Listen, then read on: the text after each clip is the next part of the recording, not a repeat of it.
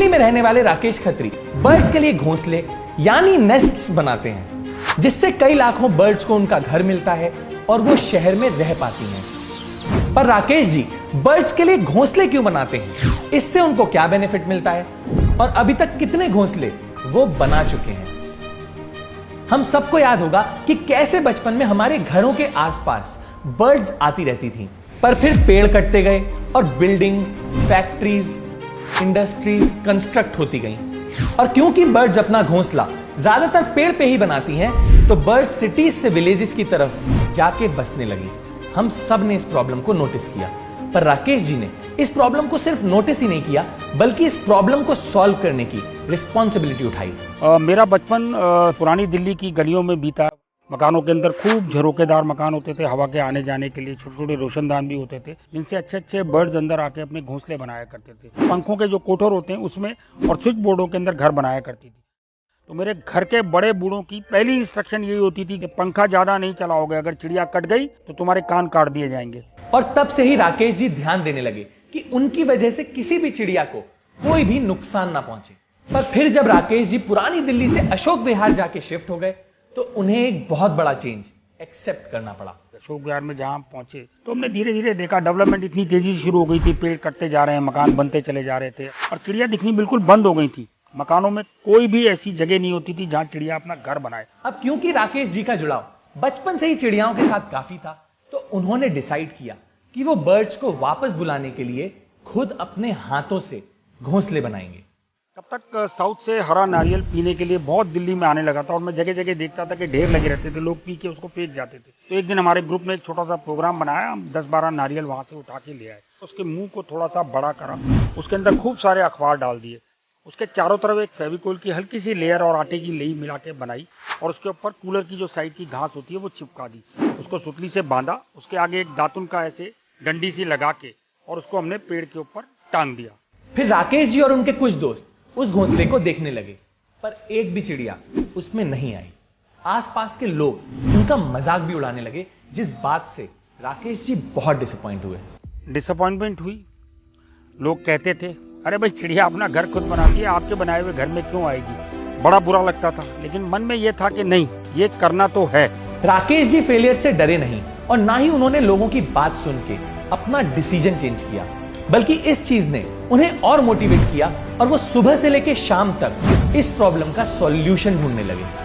तो एक दिन मैंने एक चिक वाले को देखा जो चिक की पतली पतली डंडियों से चिक बना रहा था।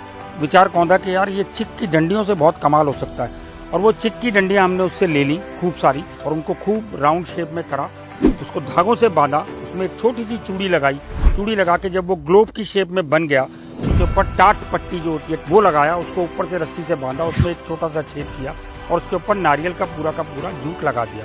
इस बार राकेश जी काफी पॉजिटिव थे, तो उन्होंने इस नेस्ट को लगाया और बर्ड्स के आने का वेट करने लगे। पहले दिन कोई नहीं आया, दूसरे दिन भी कोई नहीं आया, तीसरे दिन भी कोई नहीं आया, पर चौथे दिन फाइनली उसमें एक चिड़िया आई और उसने इस घर को अडॉप्ट किया। उसके बाद जब वो घोंसला उन्होंने अडॉप्ट कर लिया तो मोहल्ले के लोगों ने कहा, भाई हमें भी दो यार, हम भी लगाएंगे अपने घर के पास। हमने 20 घोंसले बनाए और मोहल्ले में हर जगह लगाए और 4 दिन के अंदर हर घोंसले को उस चिड़िया के अलग अलग ग्रुपों ने अडॉप्ट कर लिया। किसी को आशियाना देना, इससे बड़ी ब्लेसिंग जिंदगी में और किसी को नहीं मिल सकती जो मुझे मिली। राकेश जी ने सोचा कि वो घोंसला बनाने के इस काम को सिर्फ अपने तक ही नहीं रखेंगे, बल्कि और लोगों को इसके लिए ट्रेन करेंगे।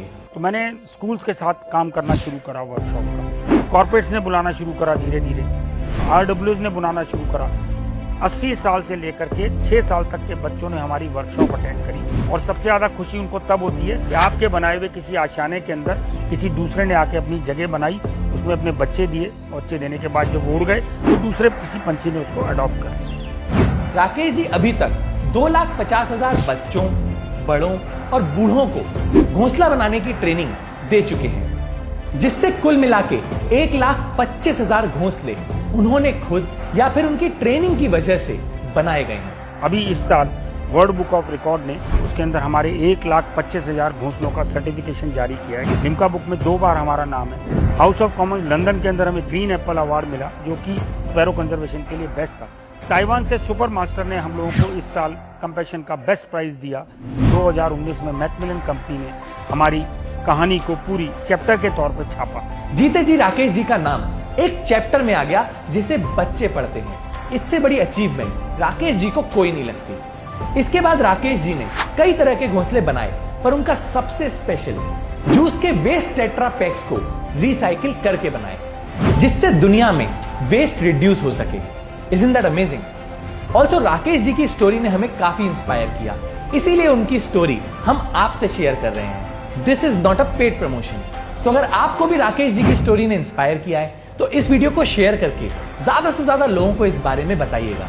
ऑल्सो अगर आपको राकेश जी से कांटेक्ट करना है तो आप उनसे इस ईमेल आईडी पे कांटेक्ट कर सकते हैं। That's it for this video. See you next Wednesday. हम ऐसे ही एनवायरमेंट अवेयरनेस पे फिल्म्स बनाते हैं, तो अगर आप एनवायरमेंट को लेकर थोड़ा सा भी सीरियस हैं और उसे सेव करना चाहते हैं तो आप इकोफ्लीक्स नाम के फेसबुक ग्रुप को ज्वाइन कर सकते हैं। इसमें हम ऐसे लोगों की कम्युनिटी बनाना चाहते हैं जो एनवायरमेंट के बेटरमेंट के लिए कुछ कर रहे हो। तो अगर आप किसी ऐसे को जानते हैं या आप खुद कुछ ऐसा कर रहे हैं तो आप इस ग्रुप में जाके पोस्ट कर सकते हैं, सो दैट और लोगों को इसके बारे में पता चले। लिंक डिस्क्रिप्शन में मेंशन है। Thank you and take care.